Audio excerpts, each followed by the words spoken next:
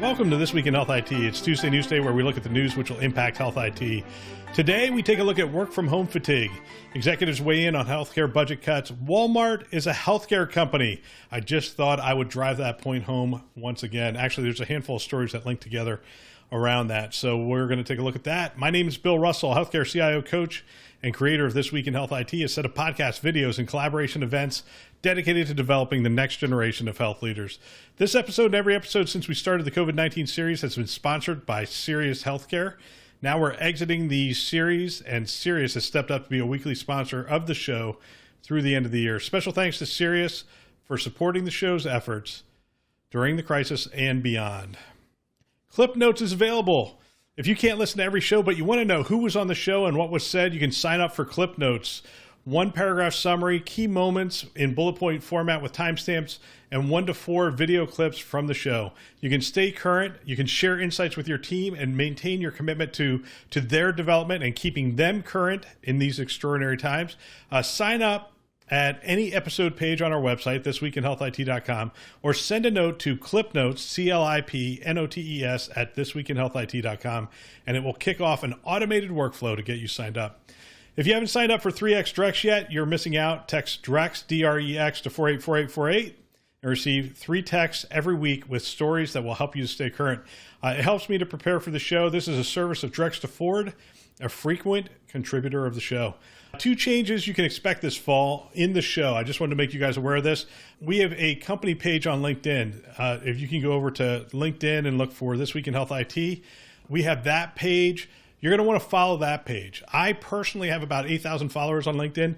So I've been doing the show posts on my personal LinkedIn, and we got together as a team and decided that we didn't want to do that anymore. If you want the updates from the show, go to the show website or go to the show LinkedIn page, hit follow, and you'll get all the clips, the quotes, the show information from there. I'm going to be commenting on stuff that's going on. So my LinkedIn profile will be more interacting with the content that's out on LinkedIn as opposed to promoting the show. So a great way to stay current. Go over there and follow the show. If you want to stay current on the stuff I'm doing, go ahead and follow me. You can do that as well. The second change is a little more nuanced, but I'm going to be extending my shows a little bit this fall. So this is based on feedback in every direction. The guests feel like we have more to talk about. The listeners, you guys have told me that you would like more depth from the episodes that you choose to listen to. And I have personally found that I talk with everyone for probably about 40 to 45 minutes, meaning you only get to hear about 20 to 25 minutes of the conversation, but I end up talking to people for another 20 minutes. And this will give me more time to have a natural conversation with people. Feedback is always welcome. Send me a note, Bill at thisweekinhealthit.com. All right, let's get to the news. Wow, I have 20 some odd stories here. You can tell I took a week off. Let's see. Well, let's just get started and see how far we get. The first story, Wall Street Journal. So work from home. We've been doing this now for a little while, and it says the title for this Wall Street Journal story is 4 months into corporate America's working from home experiment, some cracks are emerging. Okay, so a few companies expect remote work to go away in the near term, though the evolving thinking among many CEOs reflects a significant shift from the early days of the pandemic. Okay, so and I like the way these stories are written. There's a bunch of little stories here that's sort of illustrated. An executive from Canon talks about the fact that they employ 15,000 people. Their U.S. headquarters in Melville, New York, houses about 11,000 of those people on a 52-acre campus with a couple of lakes. And they have since allowed their employees to start returning voluntarily. Now there's a check-in process and make sure they're well, and there's procedures they put in place. But interestingly enough, 50% have chosen to return voluntarily to their campus. And I think that's an interesting stat and something to keep in mind. I think if you're a pro work from home person, I think sometimes we get into that mindset that everybody wants to work from home, and that is not necessarily the case. Another story here, let's see, CompuCom, which is a division of Office Depot. It's a corporate reseller of technology and equipment to enterprise clients, So more companies now envision a hybrid future. And so they talk about the hybrid future. And I think it's interesting because they give this concept of office hours much the same way that you have office hours for a professor in college or on a college campus. They have office hours that we might go to that kind of model. And I've heard that from some CIOs that we've been talking about that through the pandemic. The final story they have here is, I think, another point that's worth making. This one's from Stifel Financial Corp. They've been renamed. The toll of extended work from home arrangements is likely to affect career development, particularly for younger workers, several executives said, which employs, so CompuCom employs about 8,000 people, Stifel employs about 8,000 people. I am concerned, the executive goes on to say, I am concerned that we would somehow believe that we can basically take kids from college, put them in front of Zoom, and think 3 years from now, they'll be every bit as productive as they could have been if they had personal interaction. Okay, so, and it goes on to talk about what they have done. What's the so what of this story? When I was a CIO, and a lot of you do this exceptionally well. I'm going to just tell you my story, and some of you do this a lot better than I did. But we had a team whose role was as ambassadors for certain parts of the organization. They weren't elected or anything like that, but they really were like the mayor of a group. And their job was to go out and keep their finger on the pulse of what was going on within the organization and to bring feedback to the IT executive team so that we could continue to evolve the culture and do things, change the work environment. We set up a workout facility in our location. We set up an area with tables where people could work on puzzles, which, sounds kind of interesting when you hear about it at first. And I was sort of skeptical when we started doing it. And then I would see people sitting around, over their break building puzzles, and they were talking, they were coming up with ideas. They were sharing ideas and things they were excited about. It ended up being a really cool collaborative area for us. So, as I said, most of you already do this well, but I wonder if you've taken the time to update those practices post-COVID, right? So we had a monthly breakfast with the CIO, which was a smaller setting for people to ask me questions. And I'm wondering, are we still doing this? Culture doesn't just happen and it never stays the same. My theory is that culture is either progressing in a positive direction or a negative direction. And a leader's job is to intentionally make sure that we are taking steps to keep it moving in a positive direction, regardless of the work situation that is sort of thrust upon us, right? I think the other thing is that last comment of education and career progression are also extremely important, especially to this next generation.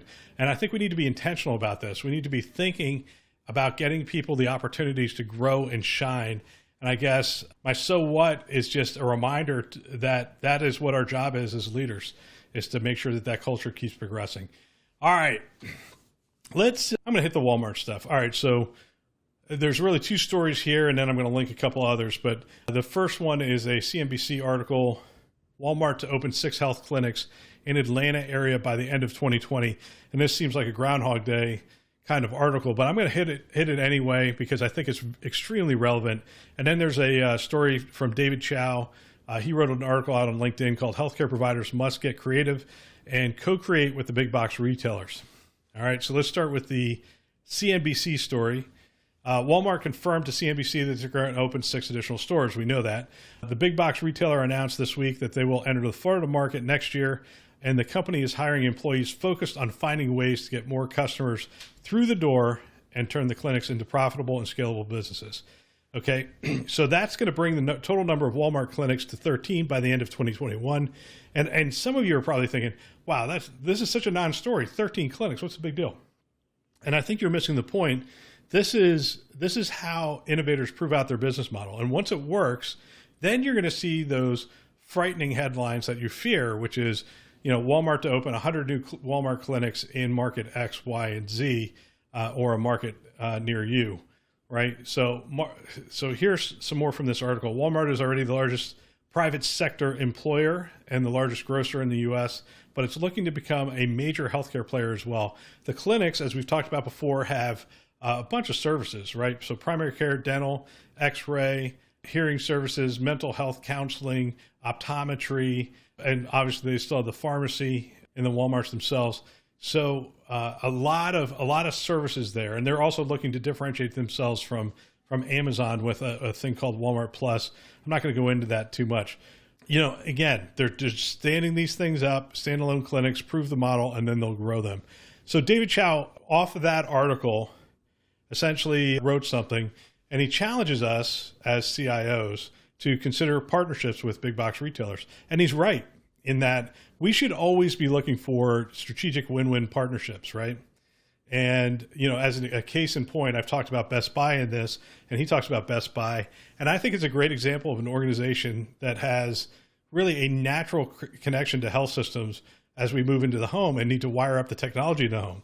And, there's going to be age in place. There's going to be a whole bunch of technology that we want to get into the home. Not only that, we have workers that are now working out of the home. And that Geek Squad is really well positioned to go into the home, set up technology, make it work for our staff as well as our potential patients. But before we go off really half-baked on this, we really have to put on our business hats for just 1 second, right? We have to know what we bring to the table. I'm not going to get on the phone and call, the NFL and say, hey, I'd like to do a co-sponsorship agreement with This Week in Health IT in the Super Bowl, because I really bring no value to the NFL. I don't bring any clients to the NFL, and there's no real partnership. The key metric is who influences the customer buying decision, or the value, the cost over quality equation of the service, right? It's easy to assume that we have, that health systems have acute services, and they need acute services because they're not going to do that. Therefore, we have a match. But the calculus for each of these partnerships is very different. And you may want to identify Walmart either as a competitor, as somebody you're going to co-optate with, co-opetition, whatever the word is there. It's a made-up word to begin with. So whatever the competitor, co-optator, or partner, if you will, it really depends on what you bring to the table and who you think has the most influence in the buyer's behavior. But I want to make this case. Walmart is payer. They're setting up an insurance product that they're going to take out to their customers. Walmart's also creating a one-stop shop for a range of services that we just talked about, which includes some of the profitable services from healthcare. And I think by definition, that would make someone who's taking profitable revenue from us as a competitor. They're going to do care navigation and utilize and I've heard this talk many times from the Walmart people, right? Talk about the database of information they have. They're the largest employer. They've been sending their employees to various physician groups and physicians and health systems around the country for many years. And they have a great read on which providers are the most customer-centric, which ones provide the best care, what's the best cost and quality equation.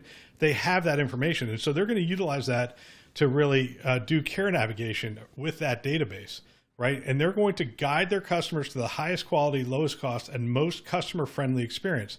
And, you may want to position yourself as a place they send their customers to, but know this, that the point you become a supplier of acute services to Walmart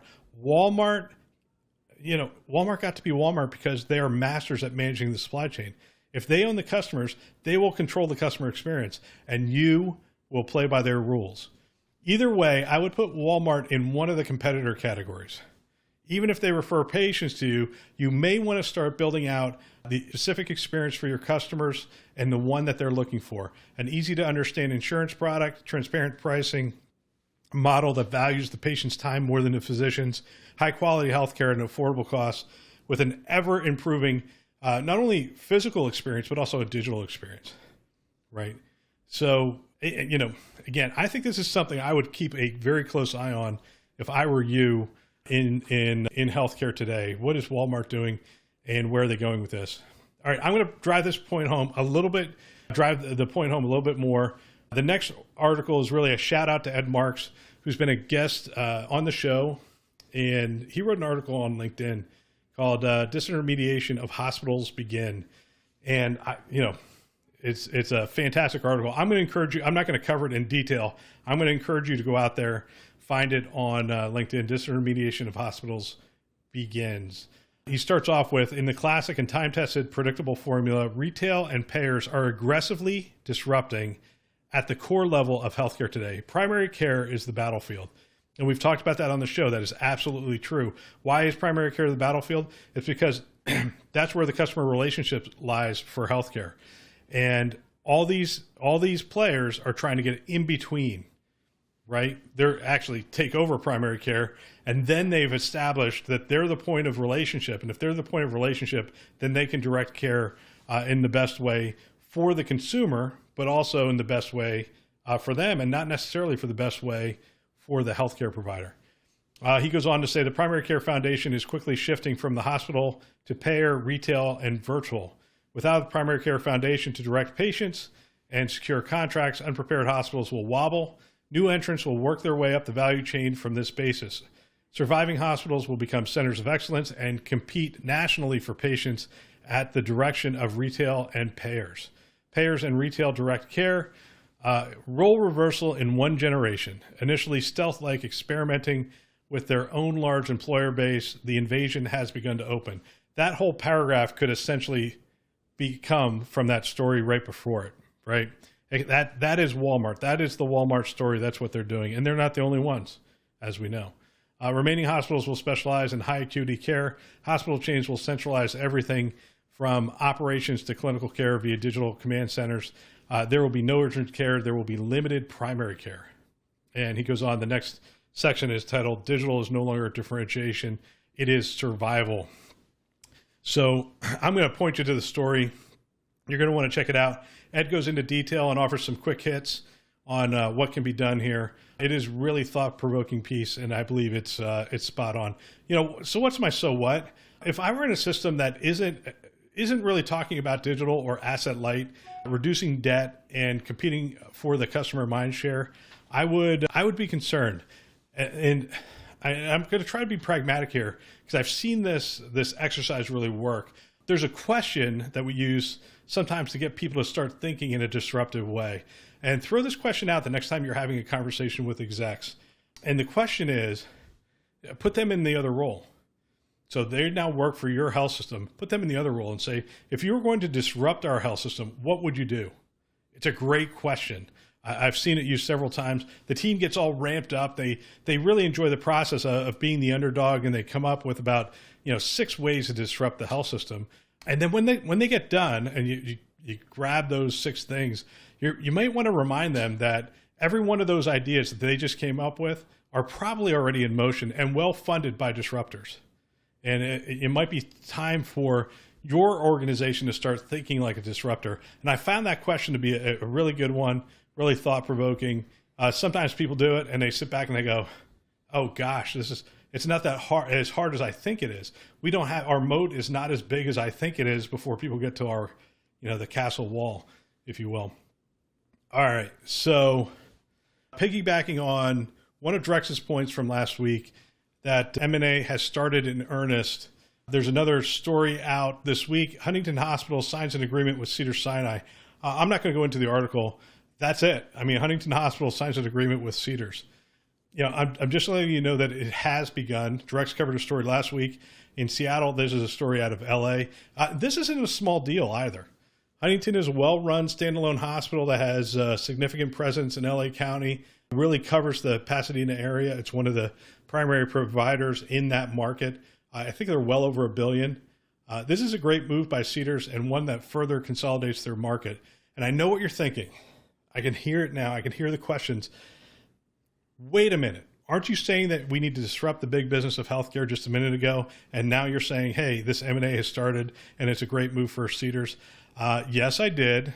But I also think that, health systems should play to their strengths.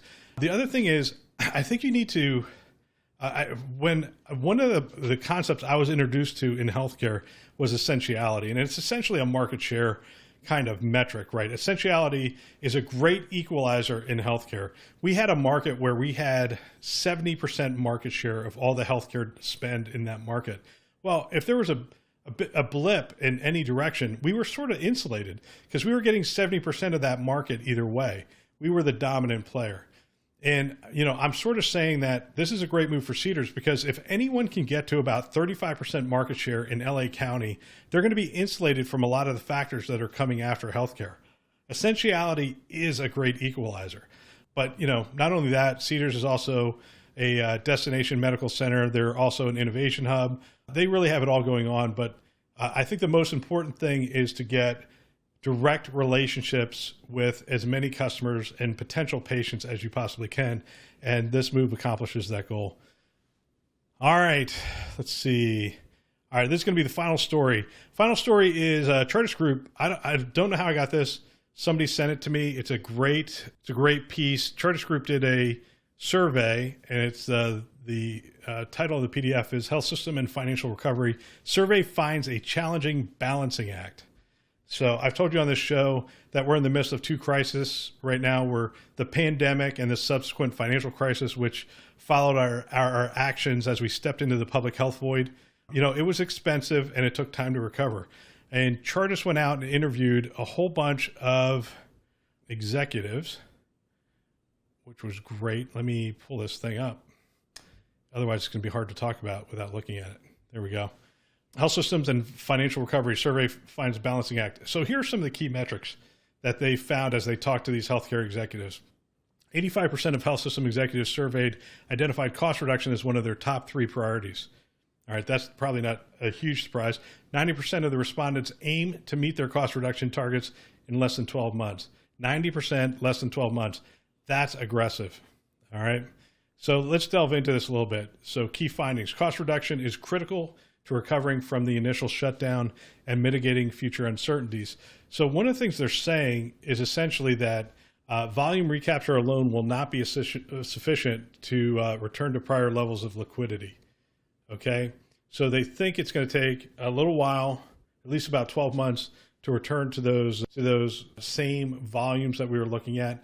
And they say it's not going to be enough. We're going to need to pursue other cost reduction strategies in parallel to strengthen the balance sheet.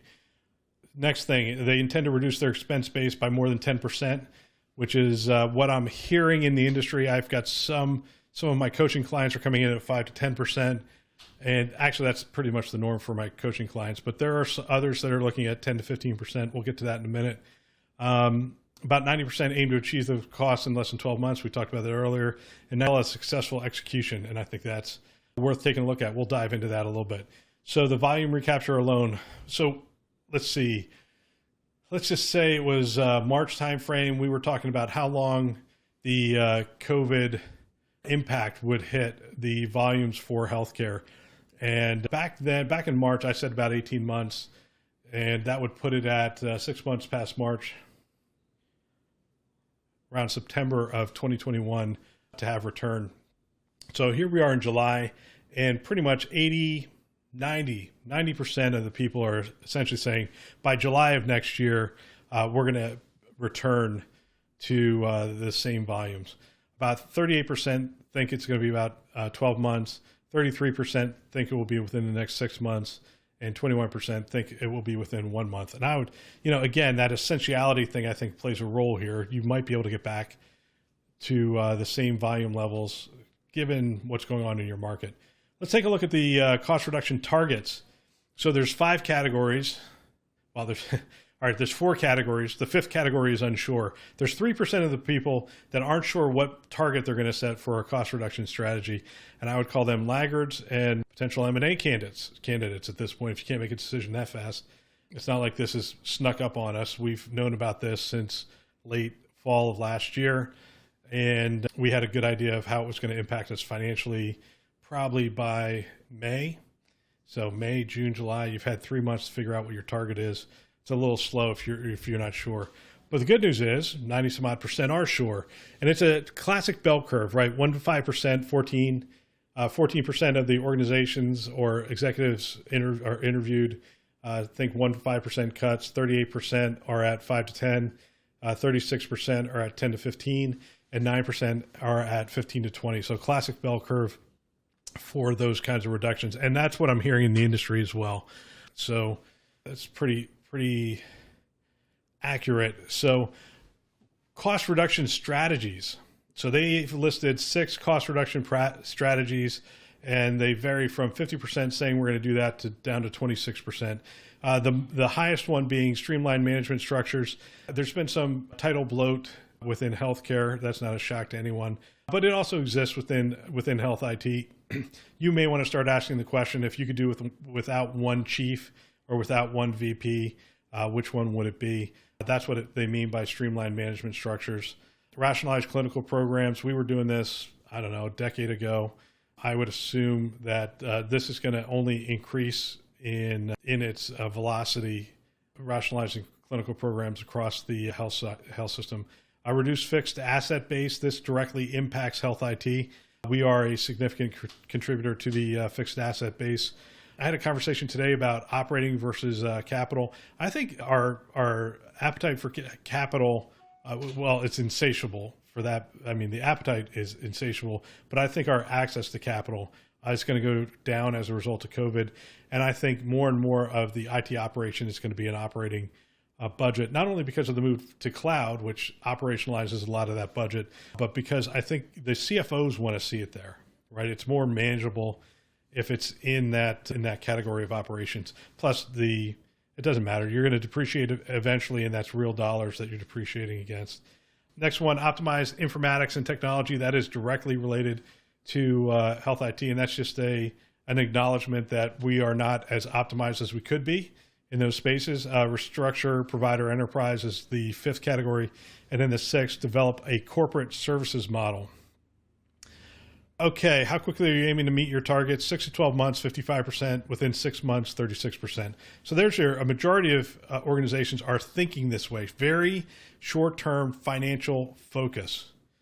Okay?